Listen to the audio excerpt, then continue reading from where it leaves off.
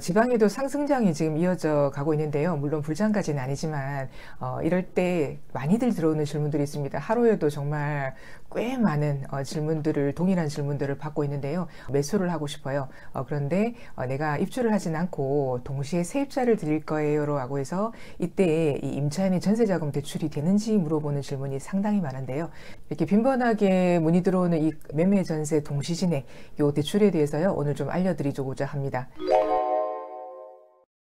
우리 보통 매수인이 매도인에게 매수대금을 줄 때 대출을 하거나 아니면 자금을 갖고 있는 자금으로 매매대금 지급을 하게 되죠. 그런데 이거를 그렇게 하지 않고 다른 방법으로 나의 자금과 임차인의 전세보증금을 받아서 합산해서 내가 대출을 별도로 하지 않고 매매대금을 이 매도인에게 주는 상황입니다.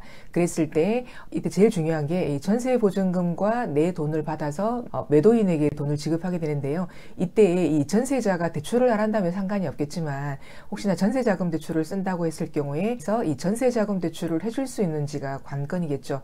이때 받을 수 있을까요? 현실은 이게 제도상으로 뭐 은행 중에 막혀 있는 은행도 많지만 연말까지는 아마도 총량제라든지 자체적인 중단의 이슈로 인해서 현재 연말까지는 조금 힘들다라고 보시면 될 것 같고요. 1월 같은 경우는 이렇게 매매 전세 동시 진행해서 임차인이 전세자금 대출을 할 때 지금은 접수를 받고 있는 상황입니다. 그래서 이 전세자금 대출 임차인이 받으려고 할 때 주의사항들을 미리 알고 짚어보면은 좀 더 좋을 것 같습니다. 첫 번째는요, 제도 규제 변화로 긴 잔금은 위험합니다.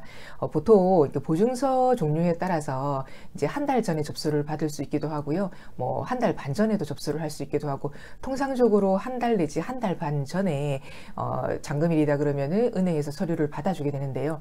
이 기간이 만약에 잔금 날짜가 뭐 3개월 뒤, 뭐 2개월 반 뒤, 뭐 5개월 뒤 이렇게 잡아버리면은 그 사이에 제도 규제가 어떻게 바뀔지 모릅니다. 지금처럼 이재명 정부가 대출에 대한 규제를 조금 강화하고 있잖아요.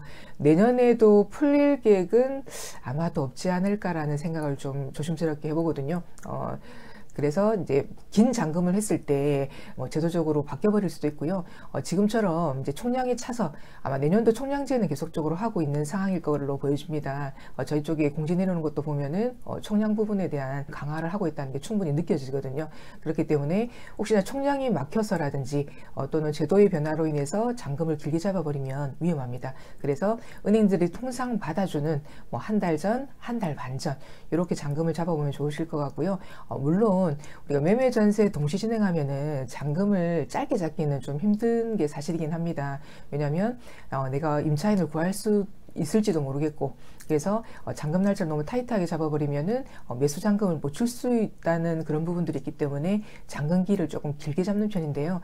지금은 전세가 귀하죠. 그렇기 때문에 최대한 적극적으로 전세를 해서 최대한 은행 접수 기일에 맞출 수 있는 기일로 맞추시는 게 유리하겠습니다. 두 번째는요, 전세계약 작성할 때 매도인의 적극적인 협조가 필수입니다.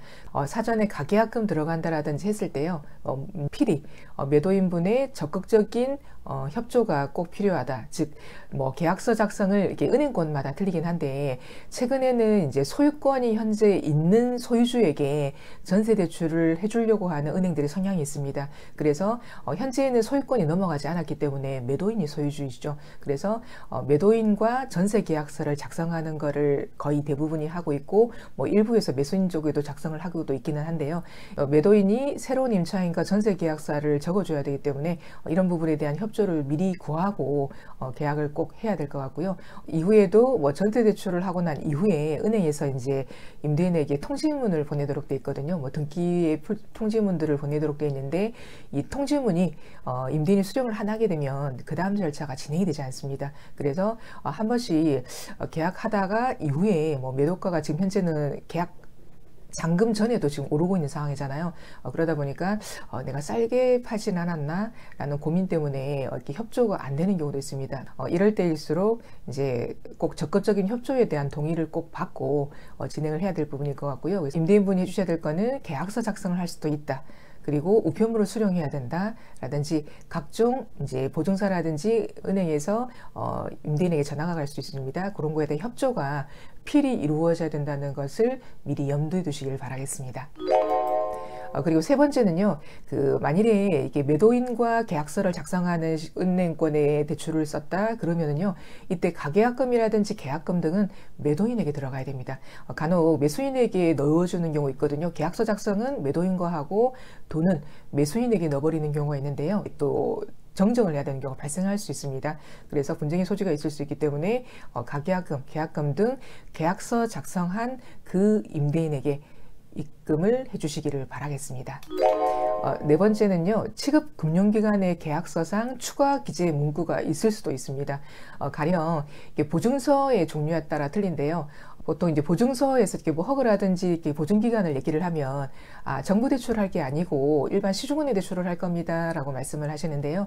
이 시중은행도 전세 대출을 할 때 차주에 대한 신용보증을 이렇게 주택금융공사 HF, 도시보증 허그, 뭐 서울보증 SGI에서 이렇게 이 차주에 대한 보증이 이루어지고 그리고 나서 이제 은행에서 대출을 해주게 되는데요. 이 보증서의 종류에 따라서 취급하는 금융기관에서 이 임대인과 작성을 할 때 요구되는 문구가 있을 수 있습니다. 가령 상황에 따라서 매도인과 전세계약서를 적기도 하고요. 매도인과 전세계약서와 매수인과 전세계약서를 두 번 적을 수도 있습니다.